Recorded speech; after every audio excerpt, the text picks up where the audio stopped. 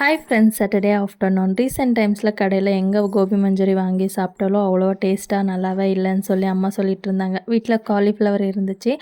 சரி வீட்டிலே நம்ம செஞ்சிடலாம்னு சொல்லி கோபி மஞ்சூரி பண்ணுறதுக்கு எல்லாமே ரெடி பண்ணிட்டு இருந்தா. பாப்பா நானும் பார்ப்பேன்னு சொல்லி வந்து நின்று பார்த்துட்டு இருந்தா. ஆஃப்டர்நூன் லஞ்ச் வந்து ஸ்கிப் பண்ணிவிட்டு குச்சிக்கிழங்கு வேக வச்சுருந்தேன். அதையும் இந்த கோபி மஞ்சூரி செஞ்சு சாப்பிட்டாச்சு. கோபி மஞ்சூரி ரொம்ப சூப்பராக வந்துருந்துச்சு. நெக்ஸ்ட் டைம் பண்ணும்போது கண்டிப்பாக ரெசிபி வந்து ஷேர் பண்ணுறேன்.